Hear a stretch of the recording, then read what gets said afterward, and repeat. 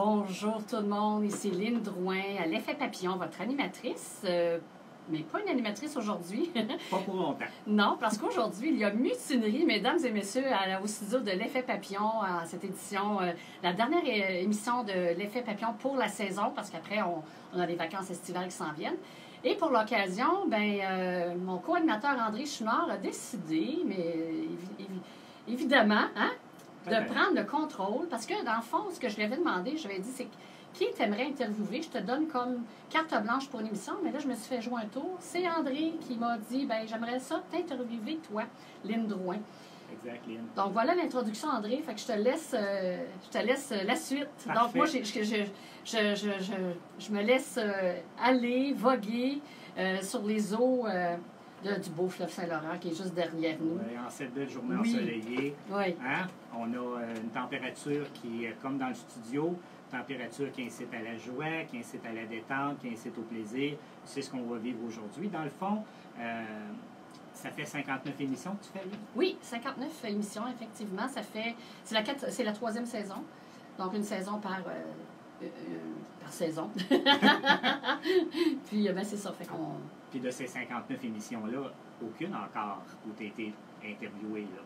Fait que là, c'est le temps de rétablir les choses. Je suis sûr que les auditeurs, ils t'écoutent à toutes les semaines. Ils se disent « c'est le fun, j'aime la fougue, le dynamisme de Lynne. Elle nous présente plein de belles choses. Elle nous amène de belles variétés en livres, en invités, en musique et en autres. » Je suis sûr que plein d'auditeurs chez eux se disent « Mais dans le fond, là, Lynne Drouin, c'est qui au juste?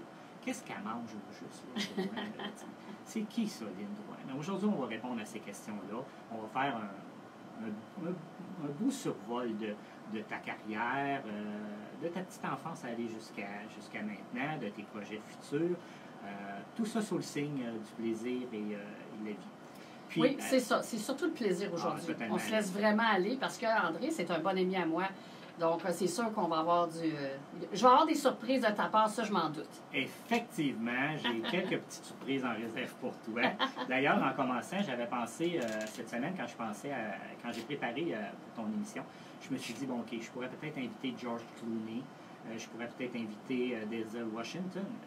J'avais pensé à Hubert Lenoir pour la musique. Je me suis dit, non, je vais faire mieux que ça. J'ai invité ton amoureux, j'ai invité ton complice, j'ai invité Patrick avec nous. Il va jaser avec nous. Oui, qui va participer durant l'émission. Puis, tu sais, Lynne, tu perds le contrôle de l'émission, mais je sais que c'est fort à l'intérieur de toi. Fait que si à un moment donné, tu veux t'auto-poser une question, je te donne le droit, Lynne. Et là, je m'inquiéterais si ça arriverait. Alors, Lynne, on va commencer doucement. Je vais faire comme tu fais d'habitude, je vais essayer de... je ne vais pas essayer, je vais faire comme tu fais d'habitude, je vais faire une présentation de qui tu es. OK. Comment moi je te perçois, puis que je pense que les auditeurs te perçoivent aussi. OK. Alors, Lynne est auteure, conférencière, formatrice, animatrice, radio, maman et conjointe de son amoureux Patrick, qui a gentiment accepté d'être avec nous aujourd'hui. Elle est amoureuse de la vie, dynamique, généreuse, créative, intellectuellement curieuse, spirituellement inspirée et inspirante. C'est une passionnée, passionnante, qui aime sortir des sentiers battus afin d'explorer et de comprendre. Rebelle à sa façon, je peux vous le confirmer, elle incarne le mouvement, le dépassement de soi, sa fougue est contagieuse. Une passion pour elle, communiquer ses découvertes, ses expériences et ses trouvailles, afin que ses auditeurs et ses lecteurs aient le goût, eux aussi, d'explorer et de découvrir. Aujourd'hui, de cœur à cœur, dans ma âme, nous découvrirons l'univers de votre animatrice, Lynne Drouin. Bonjour, Lynne. Bonjour, André. Bonjour, Patrick. Bonjour. Vous allez bien? Oui. Ça me fait bizarre, hein, parce que d'habitude, c'est toi qui mène le bal. Moi, je co-anime. Alors, j'ai le beau rôle, j'interviens doucement. Là, aujourd'hui, ça repose sur mes épaules, mais c'est le fun. Ça se pourrait que... Ils prennent goût, hein? Oui, je prenne goût, finalement. Oui, oui, puis en même temps, moi, j'apprends... il y a comme un lâcher-prise. Oui. Mais j'ai confiance, tu sais. Depuis hier, je me laisse vaguer. Je pensais... Sais-tu comment je me suis préparée à l'émission? Ça m'intéresse. C'est drôle parce que je me dis, bon, aujourd'hui, j'ai pas le contrôle, j'ai pas à m'occuper de rien, un petit peu de la console, mais ça fait partie du jeu. Mais hier, je m'imaginais sur la plage. Oui. Puis là, je me disais, je marchais sur le bord de la plage, j'imaginais rencontrer des nouvelles personnes. Je m'imaginais partir, faire galoper à cheval. Tu sais, j'étais vraiment comme sur un mode de plage. Ah, c'est bien, Puis ça. la mer, l'océan. Parce que c'est très ressourçant pour moi, l'océan. Ouais, ouais. Donc, ça m'a comme vraiment reposé, déposé. Je me suis déposée. Ah, ben c'est Puis bien. je me laisse aller ce matin. Puis je fais confiance. J'ai hâte de voir tes questions. Je suis curieuse. Ben Je oui, suis hein? très curieuse de ce que tu veux savoir, en fait, de ma vie, dans un sens, parce qu'on va parler de mon parcours de vie. Là. Tout à fait, Mm. tout à fait. Ben, on pourrait commencer ça doucement en parlant de ton enfance. Oui. Si ma mémoire est fidèle, je pense que tu m'as déjà dit que tu étais née aux États-Unis. Oui, je suis née dans le New Hampshire. OK? Ouais, mes parents, dans le fond, ils sont originaires de la Beauce. Ils viennent mon père est originaire du lac, pas Lac-Chemin, mais dans ce coin-là, OK. Saint-Odilon. Et ma mère de Saint-Simon-les-Mines, donc c'est des purs beaucerons. Oui. Dans les années 60, ben, il y a eu un boom de la construction aux États-Unis. OK. Il y a plusieurs... C'est ça qui les a emmenés là. oui, c'est ça qui les a emmenés là pendant plusieurs années. Donc, je suis née là. J'ai habité pendant 5 ans. Donc, à l'âge de 5 ans, mes parents ont décidé de revenir en Beauce parce qu'ils étaient loin de leur famille et tout. Donc, on est revenus. Puis, OK. Puis quand tu es revenu, parce que là, tu as grandi sur le bord de la mer. Ben oui, on était à peu proximité? près à une quarantaine de minutes de la plage de Hampton Beach, dans le fond. OK. Puis ça a marqué ma vie, ça. Oui, hein? Parce que ma mère, elle me disait toujours qu'à l'été, à tous les jours, elle allait à la plage. Elle nous amenait, fait qu'on passait nos journées à la plage. C'est pour ça que pour moi, l'océan, c'est super ressourçant, c'est très important. C'est tes premiers souvenirs. Oui, dans c'est le mes fond. premiers souvenirs. Puis je pense que tous les gens qui vivent sur le bord du fleuve, qui vivent sur le bord d'un cours d'eau, ils comprennent ce que je dis. Ouais. Parce que on dirait que c'est notre source. C'est une énergie spéciale. Ça amène, comme tu disais tantôt, ça nous amène dans un état vraiment particulier. Est-ce que tu as trouvé ça difficile quand tu es arrivé à la Beauce de ne pas pouvoir être si près de la Ben, je m'en plage suis ou pas tu t'es ajusté rapidement? Je m'en suis pas trop rendu compte parce que j'avais une de mes tantes, ma marraine préférée. Ma marraine, c'est comme une deuxième mère pour moi qui est restée là-bas. Et à tous les étés, la plupart du temps, on y retournait l'été. On pouvait passer nos étés là avec mes cousines. Ça a été des très beaux souvenirs, là. Mes étés, mes vacances avec mes cousines aux États-Unis. OK. Fait que déjà, dans ton jeune âge, l'imaginaire, la liberté, les grands espaces, c'était déjà présent, là. Oui, puis j'habitais, dans le fond, en campagne. Hmm. Puis, oui, il y avait des grands espaces. Mais en même temps, je m'ennuyais. Je trouvais ça j'avais pas beaucoup d'amis parce qu'on habitait éloignés l'un les uns des autres. OK. Mes amis n'habitaient pas nécessairement dans le même rang que moi. Donc, j'avais des longues périodes de temps pour imaginer, justement. Et j'ai développé vraiment un goût pour la lecture.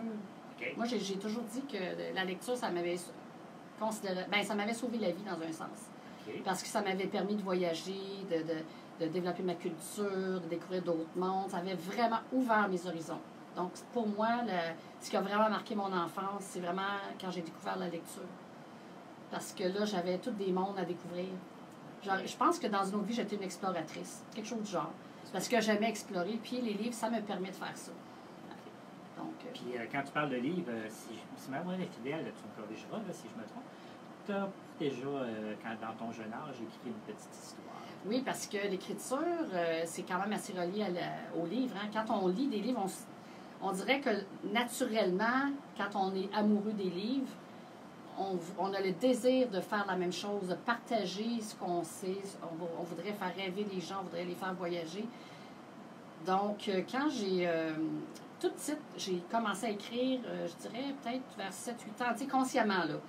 Je trouvais l'importance des mots était là, déjà en partant, puis je racontais déjà des petites histoires. OK. Et je pense que ma première histoire, je l'ai écrite vers 7-8 ans. Oh mon Dieu, déjà? Oui, 7-8 ans. Puis c'était un petit calepin, un petit carnet. Puis là, tu sais, c'était pendant les étés, où est-ce que j'avais beaucoup de temps à perdre. Donc, je me suis mis à écrire une histoire. Je me souviendrai toujours de cette histoire-là parce que c'était l'histoire d'une petite fille qui était perdue dans une forêt. OK. Je l'imaginais dans la campagne où est-ce que je demeurais. Donc, elle était perdue, puis elle s'était faite retrouver par un gros lapin géant qui l'avait trouvé puis qui l'avait ramené chez elle. Donc, Oh, c'est drôle. moi, c'est vraiment la première histoire. OK. Ouais, le lapin. On dirait que le lapin était assez important à cette époque-là. Je ne sais pas pourquoi.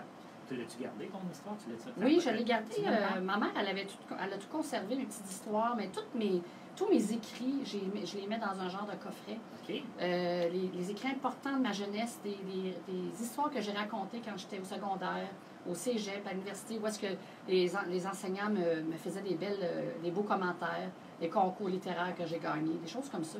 C'est bien. Ça, je les ai conservés parce que j'étais fière de ça. Oui, hein? Oui, ça me motivait parce que quand je savais plus trop où m'en aller dans ma vie, mais je sortais ça, puis je me disais, c'est vrai que mes profs, ils me disaient ça. Ben, je suis sur la bonne voie, je continue. Déjà à cette époque, tu t'enlignais pour l'écriture, puis sans le savoir, dans le fond. Là. Ben moi, il y a eu une époque... Tu préparais déjà... Ton premier livre a été écrit mais non publié, c'est ta petite histoire. Oui, puis, mais tu sais, quand tu es jeune, au primaire, je lisais beaucoup de Walt Disney, tu sais, toutes je dirais des histoires de la Bible, tu sais, ça me fascinait, là, Jeanne d'Arc, là, moi, elle m'a longtemps fascinée. Ah oui? Ah oui, moi, c'était une héroïne pour moi, là. Quand j'ai découvert Jeanne d'Arc, là, j'étais, waouh, c'est la Wonder Woman. OK, qu'est-ce qui te tirait de Jeanne d'Arc? Ben, moi, j'ai toujours aimé les histoires de femmes courageuses. Ah. Donc, la femme bionique, Wonder Woman, Drôle de dame, tous ces personnages féminins-là forts, moi, ça me touchait, ça venait me chercher, puis là, je m'identifiais, je les imitais. Je me souviens, dans les cours d'école, j'imitais ces personnages-là avec mes amis. On faisait des scénarios, des films. Oui. On inventait la suite de l'histoire. C'était bien fun, j'ai bien aimé ça. Et à un moment donné, vers l'âge de... Je pense que j'étais en secondaire 3. Je devais avoir 14-15 ans. Je participe à un concours littéraire à l'école. Puis j'avais écrit une histoire sur 2 enfants qui... Puis c'était une histoire assez fantastique dans un sens parce que c'est comme Dieu voulait submerger la terre parce que les humains n'avaient pas été gentils. Et là, les enfants, ils ont dit, écoutez, on va vous prouver que nous, les humains, on est corrects, on tient la terre. Donc, puis là, il y avait eu toute une petite histoire là-dessus. Puis j'avais gagné. J'avais gagné un prix. C'était un certificat cadeau de 25 $ dans une librairie. Et quand je suis allée dans cette librairie-là, ben, j'ai passé presque mon après-midi à choisir mon livre, parce que j'en avais à peu près un que je pouvais acheter. Donc là, il fallait que ce soit important. Là, je voulais vraiment choisir. Et je suis tombée sur Anne, la maison Pignon Vert. Ça, c'est une histoire que je ne connaissais pas du tout. Je ne connaissais pas l'auteur. Mais j'avais beaucoup aimé l'histoire au dos de la couverture du livre. Puis, donc, c'est Lucy Maud Montgomery, de l'auteur. Et quand j'ai commencé à lire ça, je lisais, je pleurais, je riais. Je trouvais ça touchant. Et quand j'ai fini ce livre-là, là, j'ai eu un genre de déclic. C'est vraiment ce livre-là qui m'a donné le goût d'écrire à mon tour. Parce que je me disais, j'aimerais ça écrire des livres qui touchent comme ça, qui vont chercher, qui vont nous faire sentir des émotions. Je voulais comme... C'était vraiment ça. Ce livre-là, pour moi, représente le modèle de livre que j'aimerais écrire. Tu sais, l'émotion, la petite fille qui est orpheline, qui réussit à se débrouiller par son intelligence, sa vivacité, puis tu sais, son humanité. Moi, elle avait beaucoup... Elle était très maladroite. Moi, j'aimais ça, là. Une fille qui n'était pas parfaite, mais qui réussissait malgré tout à réussir sa vie dans tous les domaines, là, à se faire des amis, à trouver sa place dans le monde.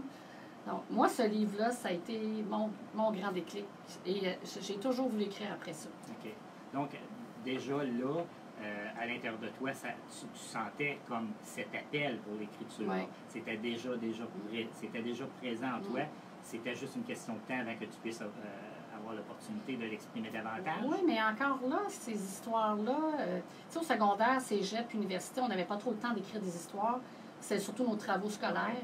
Et mes professeurs m'encourageaient beaucoup à l'écriture. Je me souviens qu'un prof, j'étais en lettres et philosophie au cégep, puis il me disait « T'es vraiment une bonne raconteuse, Lynn, là, continue là-dedans. » Mais au cégep, je ne sais pas pourquoi, je ne sais pas qu'est-ce qui est arrivé dans ma vie pour me faire penser ça. J'ai décidé à un moment donné, je pense à la fin de mon cégep, puis pourtant c'était une période vraiment heureuse. Je me suis dit, là, il faut que je fasse un métier où est-ce que je vais pouvoir gagner ma vie. Pas nécessairement, parce que là, je me disais, ben l'écriture, je pourrais jamais vivre de l'écriture. Non, c'est ça. Je m'étais dit ça. J'en connais pas dans mon milieu qui peut... J'avais pas de modèle. J'avais pas de modèle, puis il disait, les auteurs québécois n'en vivent pas. Ça, on le dit encore aujourd'hui. Mais à cette époque-là, j'avais 16 ans, 17 ans. Moi, je voulais avoir un avenir. Donc, je me suis dit, bon, je pourrais pas vivre de l'écriture, mais je vais aller dans un domaine où est-ce que je m'ennuierai jamais. J'ai beaucoup de curiosité. J'ai dit, à partir de là, j'ai dit, je vais aller en enseignement. J'ai toujours voulu enseigner aussi. OK. Même si j'écrivais tout ça, moi, mes rêves, c'est de devenir enseignante. Tout le long du secondaire, je changeais. J'aimerais ça être enseignante en histoire, enseignante en anglais, enseignante en français. Ça allait selon les professeurs que j'avais, là. Ouais, le goût du jour. Oui, ouais. c'est ça, le goût du jour. Mais ça revenait souvent, le goût de l'enseignement. OK. Donc, naturellement, j'étais attirée vers ça, là. Je me disais, je vais faire ma place, puis je vais être en sécure. Et c'est pas ce qui est arrivé. Mais tu disais tantôt, toute petite, tout ça. Lynn, quand elle était toute petite, parce qu'on te connaît, ceux qui te connaissent aujourd'hui, ils savent, là, tu es quelqu'un là, qui est très social, tu aimes beaucoup rencontrer les gens. D'ailleurs, tu animes une émission de radio pour ça aussi. C'est vrai que c'est le fun. Est-ce que Lynn, elle était solitaire quand elle était toute petite, ou elle a toujours été sociale comme ça? Au primaire, j'étais très intériorisée. Okay. J'étais vraiment gênée. Je me sentais pognée. Là. Okay. Je n'étais pas capable de m'exprimer. Je me sentais toujours que j'étais comme bloquée. Okay. Je voulais parler, puis on dirait que j'étais pris. Là. Okay. Mais ça a été vraiment, je dirais, le voyage qui m'a changé. Ça a été quand j'ai fait un voyage en Colombie-Britannique, secondaire 4. J'ai fait Puis là, on dirait que les jeunes de mon âge, de cette année-là, on s'est comme regroupés ensemble, on s'est unis. Et là, j'ai senti comme un effet de groupe. Okay. Puis là, c'est là que j'ai commencé à vraiment m'ouvrir davantage, à parler avec tout le monde. Puis, ça t'a donné un élan. Oui, parce que c'était trop fort. Je voulais trop, je voulais connaître, j'étais curieuse. Puis à un moment donné, on n'est pas capable de se retenir. Non, c'est ça. À un moment donné, il faut que ça sorte. Là. C'est ça. Donc, ça, tu dis que tu étais à peu près vers l'adolescence, ce voyage-là? Oui, en secondaire 4, j'avais à peu près 15-16 ans. Ça m'avait vraiment marqué. Là. Ça a été des horizons qui sont ouverts. OK. C'est un voyage dans quel cadre? Donc? Un voyage scolaire, un échange étudiant. Okay. Nous autres, on allait là à peu près une dizaine de jours et les gens de Colombie-Britannique venaient chez nous. Okay. Donc, c'était vraiment le fun. Ah, ouais. Puis, on sait, tous les auditeurs sachent comment tu aimes la spiritualité, que tu... d'ailleurs, on va en parler un petit peu plus loin. Mais Lynn, là, quand elle était petite, là, vivais-tu des expériences spirituelles? Elle était-tu attirée vers ça?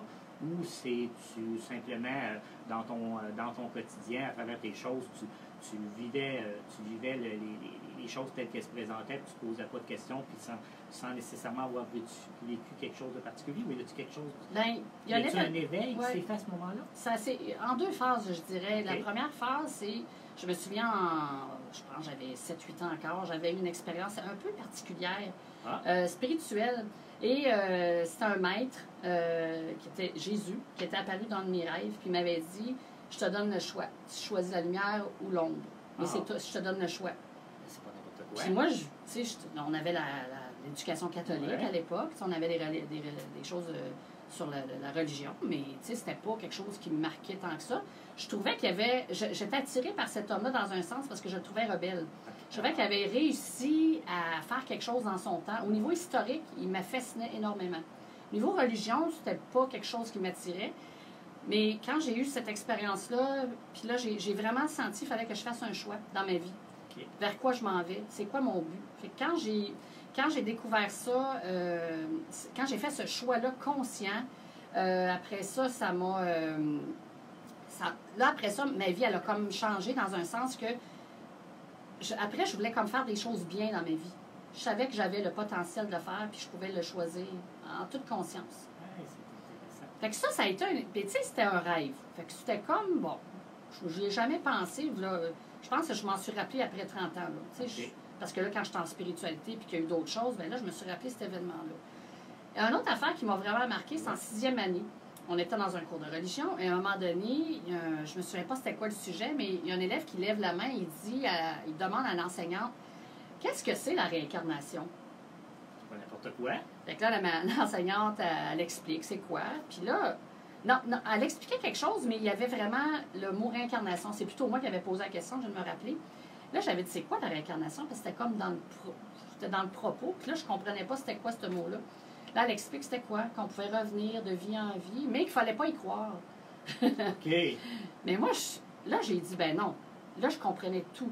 Là, c'est comme si, tout d'un coup, je comprenais pourquoi les choses se passaient ici. pourquoi on vivait des choses, pourquoi on avait des blocages. On dirait là que ma conscience était ouverte d'un coup. C'était comme une révélation. Ça a été une révélation, puis même ça disait de ne pas y croire, moi je disais, ben on est des patates. Là, moi, non, c'est ça, là, c'est comme ça que ça fonctionne. Là, t'avais quel âge? J'étais en 6e année. Ah, et là, ça a été comme une espèce de révélation très forte. Et c'est à la suite de ça que je me suis mis à lire énormément sur le sujet.